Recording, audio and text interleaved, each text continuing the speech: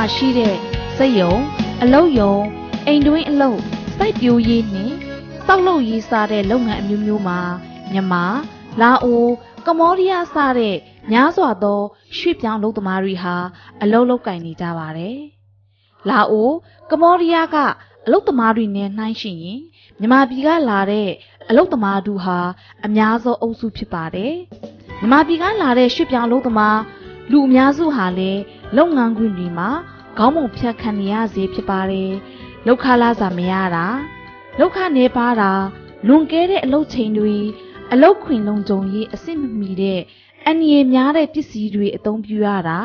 အတင်းအကျပ်ခိုင်းစေခံရတာလူမှုဖူလုံရေးမရှိတာမတရားအလုပ်ဖြုတ်ခံရတာအလုပ်ရှာဖွေရေးဌာနတွေရဲ့လှည့်စားခံရတာလိမ်မိုင်းဆိုင်ရာကိစ္စစော်ကားခံရတာကျန်းမာရေးဝန်ဆောင်မှုတွေရရှိဖို့ခက်ခဲတာလွတ်လပ်စွာလှုပ်ရှားပိုင်ခွင့်မရှိတာရဲ့နဲ့သတင်းအချက်လက်တွေကိုမရရှိနိုင်တာတွေစတဲ့နှီးပေါင်းစုံအခက်ခဲတွေနဲ့ခေါင်းပုံဖြတ်ခံရပါတယ်။ရွှေ့ပြောင်းအလုပ်သမားတို့ရဲ့လောက်ခလာစာလူမှုအတိုင်းဝိုင်းဘဝပုံမကောင်းမွန်လာဖို့လုပ်ငန်းခွင်အခြေအနေတိုးတက်လာရေးတို့ရရှိဖို့ရည်နဲ့လောက်ခလာစာတွေဟာအလုပ်သမားသမဂ္ဂဆိုတဲ့အရာကအကောင်းဆုံးအဓိကကျတဲ့အခန်းကဏ္ဍဖြစ်ပါတယ်အလုပ်သမားသမဂ္ဂဆိုတာဟာလွန်ခဲ့တဲ့နှစ်ပေါင်း200ကဥရောပမှာစတင်ပေါ်ပေါက်ခဲ့တာဖြစ်ပြီးကမ္ဘာတဝန်းလုံးမှာစတင်ပေါ်ပေါက်ခဲ့ပါတယ်ဒီကနေ့မှာဆိုရင်ကမ္ဘာတိုက်ကြီးတိုင်းရဲ့တိုင်းပြည်တိုင်းမှာအလုပ်သမားသမဂ္ဂတွေဟာရှိနေကြပါတယ်Hey Market Masker ဆိုတာဟာ1886ခုနှစ်မေလ4ရက်နေ့အင်္ဂါနေ့မှာအမေရိကန်နိုင်ငံချီကာဂိုမြို့ရှိ Hey Market Square မှာတနေ့အလုပ်ချိန်7နာရီသတ်မှတ်ရေးအတွက်တောင်းဆိုခဲ့တဲ့ဆန္ဒပြအုံကြွမှုဖြစ်ပါတယ်คือสหภาพแรงงานก็จะเป็นองค์กรที่ลูกจ้างสมัครใจร่วมกันจัดตั้งขึ้นตามกฎหมายและก็ดำเนินการในรูปแบบของประชาธิปไตย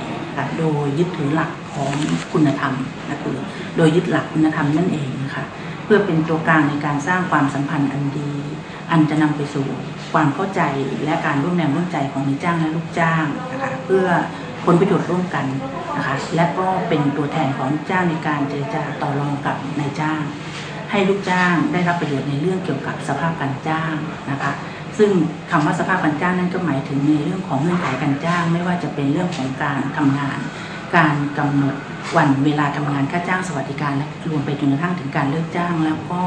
ประโยชน์อื่นๆของนายจ้างและลูกจ้างที่อาจจะเกี่ยวกับการจ้างงานและการทำงานค่ะ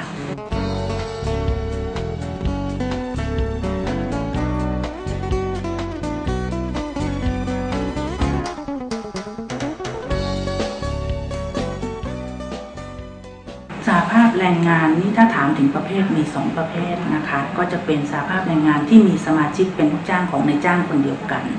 กับสหภาพแรงงานที่มีสมาชิกเป็นลูกจ้างทำงานในกิจการประเภทเดียวกันโดยไม่คำนึงว่ามีนายจ้างกี่คนนะคะ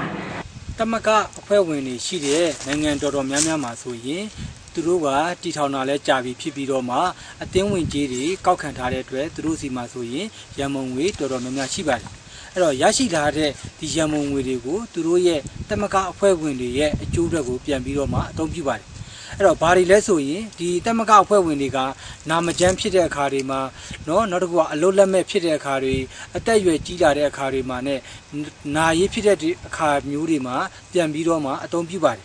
နောက်တစ်ခုကကျတော့ဒီသမဂ္ဂအဖွဲ့ဝင်တွေအတွက်ကိုပဲဥပဒေဆိုင်ရာအကြံပေးတာတွေလှုပ်ဆောင်ပေးတယ်နောက်တစ်ခုကလုပ်ငန်းခွင်တင်နန်းတွေကို post လှုပ်ဆောင်ပေးပါတယ်နောက်တစ်ခုကကျတော့ဒီအလုပ်ကိုင်ခွင့်လန်းနဲ့ပတ်သက်တဲ့သတင်းအချက်အလက်တွေကိုပို့ဆောင်ပေးတာတွေဖလှယ်ပေးတာတွေကိုလှုပ်ဆောင်ပေးပါတယ်အလုပ်သမားတွေကသူတို့ရဲ့ဘဝရပ်တည်နိုင်ဖို့အတွက်အလုပ်လုပ်နေကြတာဖြစ်ပါတယ်ဒါပေမဲ့လည်းလုပ်ငန်းရှင်နဲ့အလုပ်သမားကြားမှာအင်အားမညီမမျှမှုတွေဖြစ်နေတယ်ဆိုတာတော့သိကြပါတယ်အဲ့တော့အလုပ်သမားသမဂ္ဂဖွဲ့စည်းထူထောင်နိုင်ခဲ့ပြီဆိုရင်တော့ဒီအလုပ်သမားသမဂ္ဂဝင်တွေကသူတို့ရဲ့လူမှုတိုင်းဝိုင်းအတွက်သူတို့ရဲ့မိသားစုအတွက်သူတို့ရဲ့ဘဝအတွက်ကိုပို့ပြီးတော့မှလှုပ်ဆောင်နိုင်မှာဖြစ်ပါတယ်ဒါကြောင့်အလုပ်သမားသမဂ္ဂကိုဖွဲ့စည်းထူထောင်နိုင်ခဲ့ပြီဆိုရင်ရရှိလာနိုင်တဲ့အားသာချက်တွေကတော့အားသာချက်တွေမှာဆိုရင်ပထမဆုံးအနေနဲ့ပြောချင်တာကတော့အပေးယူအချော့တင်လုံနိုင်တဲ့ကိစ္စတွေပေါ့ အဲ့ဒီမှာဆိုရင်တချို့အရေးကြီးတဲ့ကိစ္စတွေမှာဆိုရင်တမခအဖွဲ့ဝင်တွေရဲ့ကိုစားလုပ်ငန်းရှင်တွေနဲ့ညှိနှိုင်းဆောင်ရွက်ပေးနိုင်မယ်အဲ့ဒါတွေကဘာလဲဆိုရင်အချိန်ပူကြီးတွေနော်မီးဖွားခွင့်တွေပေါ့လာစာခံစားခွင့်တွေနောက်တစ်ခုကကျတော့ကျွန်တော်တို့ဘာတွေရှိမလဲဆိုရင်နှစ်စဉ်ခွင့်ရက်တွေစတာတွေကိုကျွန်တော်တို့လုံသမားခွင့်ရေးကာကွယ်ပေးနိုင်တဲ့ကောင်းမွန်တဲ့ဥပဒေတွေကိုအစိုးရတွေထံမှတင်ပြတောင်းဆိုနိုင်မှာဖြစ်ပါတယ်နောက်တစ်ခုအားသာချက်ကတော့ချိတ်ဆက်မှုပုံမှုအားကောင်းလာခြင်းပဲဖြစ်ပါတယ်တမကအဖွဲ့ဝင်တွေဟာလုပ်ငန်းတွေလုပ်တွေကြားမှာရှိတဲ့အတားအဆီးတွေကိုကူညီဖယ်ရှားပေးနိုင်တဲ့အတွက်ချိတ်ဆက်တွေပုံမှုအားကောင်းလာပြီးတော့မှအလုပ်သမားရှိခြင်းကိုပုံမှုစည်းရုံးညီညွတ်လာစေပါတယ်နောက်တစ်ခုလုံသမားတမကကနေပြီးတော့မှလူမှုတိုင်းဝိုင်းရဲ့အကျိုးကိုဖော်ဆောင်ပေးနိုင်တဲ့အတွက်အလုပ်ရှင်ကိုကြောက်ရွံ့တာတွေအထီးကျန်ခံစားရတာတွေလည်းမဖြစ်စေနိုင်တော့ပါဘူးအဖွဲ့ဝင်တွေရာဆိုရင်ပုံမကောင်းမွန်တဲ့လောက်ခလာစာနဲ့ကောင်းမွန်တဲ့လုပ်ငန်းဝင်အခြေအနေတွေကိုအဖွဲ့ဝင်မဟုတ်တဲ့သူတွေထက်ပုံမရရှိခံစားရပါတယ်สภาพแรงงานนะครับจะมีบทบาทในการเป็นตัวแทนนะครับเพื่อที่จะยื่นข้อเรียกร้องหรือว่าเป็นตัวแทนในการเจรจากับนายจ้างซึ่งในกรณีที่สมาชิกนะครับมีข้อพิพาทเกี่ยวกับนายจ้างนะครับสภาพแรงงานเองก็จะดำเนินการยื่นหนังสือหรือว่าข้อเรียกร้องให้นายจ้างเพื่อที่จะให้นายจ้างกับสภาพแรงงานมีการเจรจากันภายใน3วันนะครับซึ่งภายหลังจากที่มีการเจรจากันแล้วหากตกลงกันไม่ได้ก็จะทำให้กรณีดังกล่าวเป็นมีข้อพิพาทซึ่งตกลงกันไม่ได้เกิดขึ้นดังนั้นในส่วนของสหภาพแรงงานเองเนี่ยก็ต้องมีบทบาทหน้าที่ในการที่จะยื่นหนังสือดังกล่าวให้กับพนักงานประนอมข้อพิพาทเพื่อให้พนักงานประนอมข้อพิพาทมีการเจรจาไกล่เกลี่ยกันภายใน5วันนะครับหลังจากนั้นเมื่อมีการเจรจากันตกลงกันแล้วเกิดการเจรจาตกลงกันไม่ได้นะครับก็จะนำไปสู่กระบวนการของกรณีที่นายจ้างปิดโรงงานหรือว่าลูกจ้างนัดหยุดงานกันစုပေါင်းပြီးအပေးယူအစောင့်တေးပြုလို့တဲ့ဆိုတာကတော့အလုသမားသမဂ္ဂဟာပုတ်ပွေလေးလေးလှုပ်ရှားခွင့်ရှိပြီးတော့မှအလုရှင်တွေရဲ့အတိအမှပြုမှုရတဲ့အခါအလုသမားသမဂ္ဂဟာအလုသမားတွေကိုကိုစားပြုပြီးလောက်ခလစားအလုချိန်တွေနဲ့လုပ်ငန်းခွင်ချင်းတွေကိုအလုရှင်နဲ့ဆက်ဆက်ပြီးညှိနှဲနေပါတယ်အလုသမားများရဲ့စုပေါင်းအရေးယူဆောင်ရွက်မှုဆိုတာကတော့အလုသမားတွေရဲ့တန်ကြမ်းချက်တွေကိုအလုရှင်ဒါမှမဟုတ်အစိုးရတွေကအရေးယူဆောင်ရွက်လာအောင်အလုသမားသမဂ္ဂအနေနဲ့အလုရှင်ဒါမှမဟုတ်အစိုးရတွေကိုဖိအားပေးဖို့အတွက်စုပေါင်းအရေးယူဆောင်ရွက်မှုပုံစံမျိုးမျိုးရှိပါတယ်။ဥပမာတပိတက်ပွဲပါအလုသမားတွေအားလုံးအလုမလုပ်ပဲနေချင်းဟာစုပေါင်းအရေးယူဆောင်ရွက်ခြင်းမျိုးဖြစ်ပါတယ်။ကဲ၍သမဂ္ဂအနေနဲ့အလုသမားတွေရဲ့တောင်းဆိုချက်တွေကိုလုပ်ငန်းရှင်တွေနဲ့ဆက်ဆက်ပြီးညှိနှဲမှုတွေပြုလုပ်ပြီးမအောင်မြင်တဲ့အခါမှာတပိတက်ပွဲကိုခေါ်ကြပါတယ်။တခါတည်းကာလအကသနဲ့ခေါ်တဲ့တပိတွေကိုကြိုတင်ပြီးတော့မှလည်းပြုလုပ်လို့ရှိပါတယ်။သမဂ္ဂတွေဟာတနိုင်ငံလုံးဆိုင်ရာတပိမျိုးခေါ်ပြီးတတိုင်းပြည်လုံးလုပ်ငန်းတွေတရက်တာရက်တစီချင်းမျိုးကိုလည်းဆောင်ရွက်ကြပါတယ်။ဒါမှမဟုတ်အလုပ်သမားတွေရဲ့တောင်းဆိုချက်တွေကိုလက်လျော်တဲ့အထိတပိတက်ပွဲတွေကိုဆက်လက်ဆွေးနွေးကြပါတယ်။တပိတက်ပွဲဆင်နွှဲနေခြင်းမှာသမဂ္ဂအနေနဲ့တခြားသောအလုပ်သမားတွေလုပ်ငန်းခွင်တွေဝေရောက်ခြင်းမျိုးမရှိဘူးတပိတားမြစ်ကြီးကိုလည်းဆောင်ရွက်ကြရမှာဖြစ်ပါတယ်။နိုင်ငံရေးအရာလှုပ်ရှားဆောင်ရွက်ခြင်းဆိုတာကတော့အလုပ်သမားသမဂ္ဂတွေဟာသမဂ္ဂရဲ့အဖွဲ့ဝေးဒါမှမဟုတ်အလုပ်သမားတို့တရက်လို့ရဲ့အကျိုးကိုဥတီစေတဲ့ဥပဒေတွေရေးဆွဲပြဋ္ဌာန်းစေဖို့အတွက်ဆောင်ရွက်နေပါတယ်။ရည်ရွယ်ချက်ကတော့အလုပ်သမားသမဂ္ဂတွေအနေနဲ့စီယိုလွတ်စော်မှုရှိကစီယိုနာချမှုနဲ့ရွေးကောက်ခံကိုယ်စားလှယ်လောင်းများနိုင်ငံရေးပါတီများကိုငွေကြေးထောက်ပံ့ခြင်းမျိုးကိုလည်းပြုလုပ်နေပါတယ်กฎหมายที่สนับสนุนการจัดตั้งสหภาพก็คือพระราชบัญญัติแรงงานสัมพันธ์พ.ศ. 2518ตรงนี้นะคะผู้ที่มีสิทธิ์ที่จะจัดตั้งสหภาพแรงงานก็คือต้องเป็นลูกจ้างของนายจ้างคนเดียวกันนะคะหรือเป็นลูกจ้างซึ่งทำงานในกิจการประเภทเดียวกันนะคะโดยไม่คำนึงว่าจะมีนายจ้างกี่คนนะคะแต่ผู้นั้นจะต้องบรรลุนิติภาวะและมีสัญชาติไทยนะคะสำหรับผู้ที่มีสิทธิ์ก่อตั้งลูกจ้างนะคะก่อตั้งสหภาพแรงงานအခုချင်းမိုင်မှာဆိုရင်အလုပ်သမားစီးလုံးညီညွတ်ရေး WSA ဆိုတဲ့အဖွဲ့ရှိပါတယ်။အဲ့ဒီအဖွဲ့ကတော့2009ခုနှစ်ဇူလိုင်လမှာအလုပ်သမား22ယောက်နဲ့စတင်ဖွဲ့စည်းခဲ့တာဖြ ဖြစ်ပါတယ်ရွှေပြောင်းလုပ်သမားတွေလာရောက်ပူးပေါင်းပါဝင်တဲ့လေးလာဆွေးနွေးဖလှယ်ကြတဲ့ Met Foundation ကနေပြီးတော့ဦးစီးကျင်းပပြီးတဲ့အလုပ်သမားဆွေးနွေးဖလှယ်ပွဲကနေစပြီးတော့ WSC ရဲ့စိတ်ကူးကစတင်ပေါ်ပေါက်လာတာဖြစ်ပါတယ်ဒီနေ့အတွင်းမှာပဲအဖွဲ့ဝင်ပေါင်း100ကျော်ရှိလာခဲ့ပါတယ်အဖွဲ့ဝင်တွေအတွက်ပူလုံရေးဖြည့်ဆည်းဖို့နဲ့ WSC လှုပ်ရှားမှုတွေကိုလှုပ်ဆောင်ဖို့အဖွဲ့ဝင်တိုင်းဟာ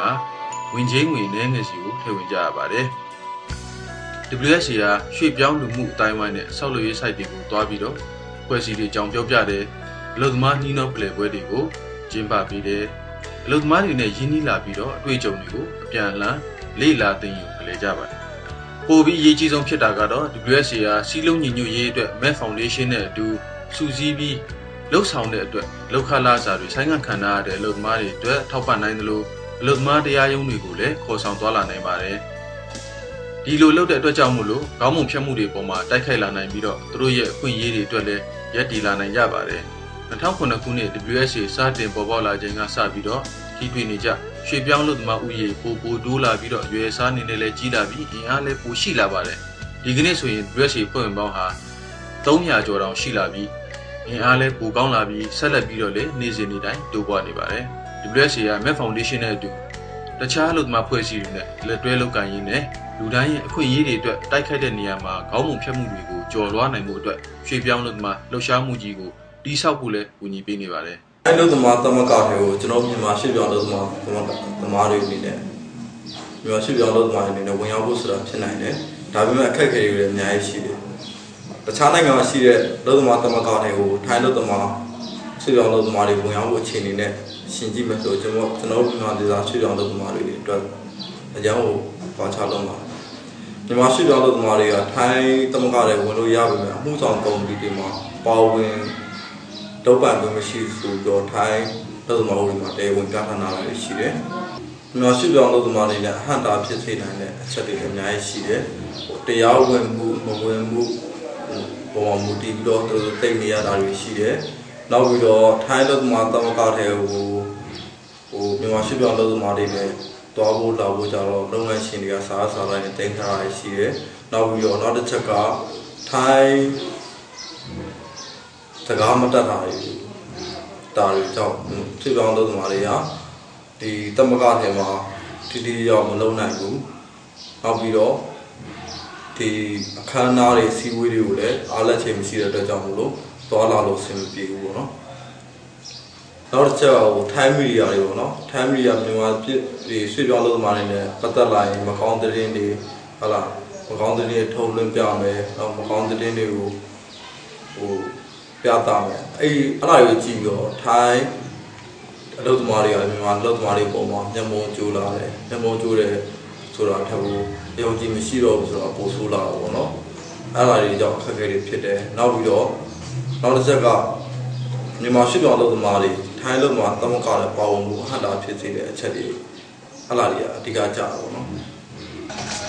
်လောက်သမားသမဂ္ဂတွေကအရေးကြီးတယ်ဆိုတော့ကျမတို့သိပါတယ်သမဂ္ဂတွေမှာလည်းကျမတို့ပါဝင်ခြင်းပါတယ်ကျမတို့ရဲ့အတွက်ပုံမကောင်းမှုနဲ့လုပ်ငန်းခွင်တွေလည်းကျမတို့လိုချင်ပါတယ်အရင်ဆုံးထိုင်းလောက်သမားတွေနဲ့ရွှေ့ပြောင်းလောက်သမားတွေကြားမှာနားလည်မှုတိစောက်ဖို့လိုအပ်နေပါသေးတယ်ဥပမာထိုင်းလောက်သမားတွေနဲ့အတူတူပူးတွဲပြီးတော့အားကစားပွဲတွေယဉ်ကျေးမှုပွဲတွေစတဲ့လှုပ်ရှားမှုတွေဆောင်ရွက်ဖို့စုစည်းဖို့လိုပါသေးတယ်အလုပ်သမားတွေကကိုယ့်ရဲ့အသင်းဖွဲ့တွေရှိခြင်းအပြင်ပုံမူအင်အားရှိလာနိုင်ပြီးတော့ရွှေ့ပြောင်းလုပ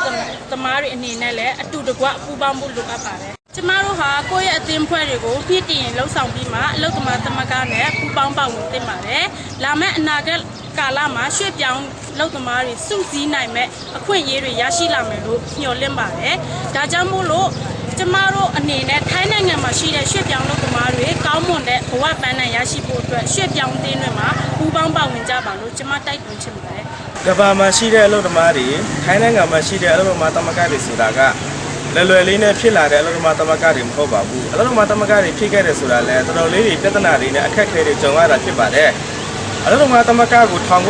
င်ခဲ့ဖို့ဆိုတာကလည်းအလုပ်သမားတယောက်အနေနဲ့လုပ်ခဲ့လို့ရတာမဖြစ်နိုင်ပါဘူး။အလုပ်သမားသမဂ္ဂကိုထောင်ခဲ့ဖို့ဆိုတာကအလုပ်သမားတွေအားလုံးစီစဉ်ညှို့နဲ့ဖြစ်ခဲ့ဖို့အတွက်လိုအပ်တာဖြစ်ပါတယ်။ဆိုတော့တော်တော် DVCD ထောက်တာလဲအလုပ်သမားသမဂ္ဂတွေရဲ့ပြဿနာတွေအခက်အခဲတွေကို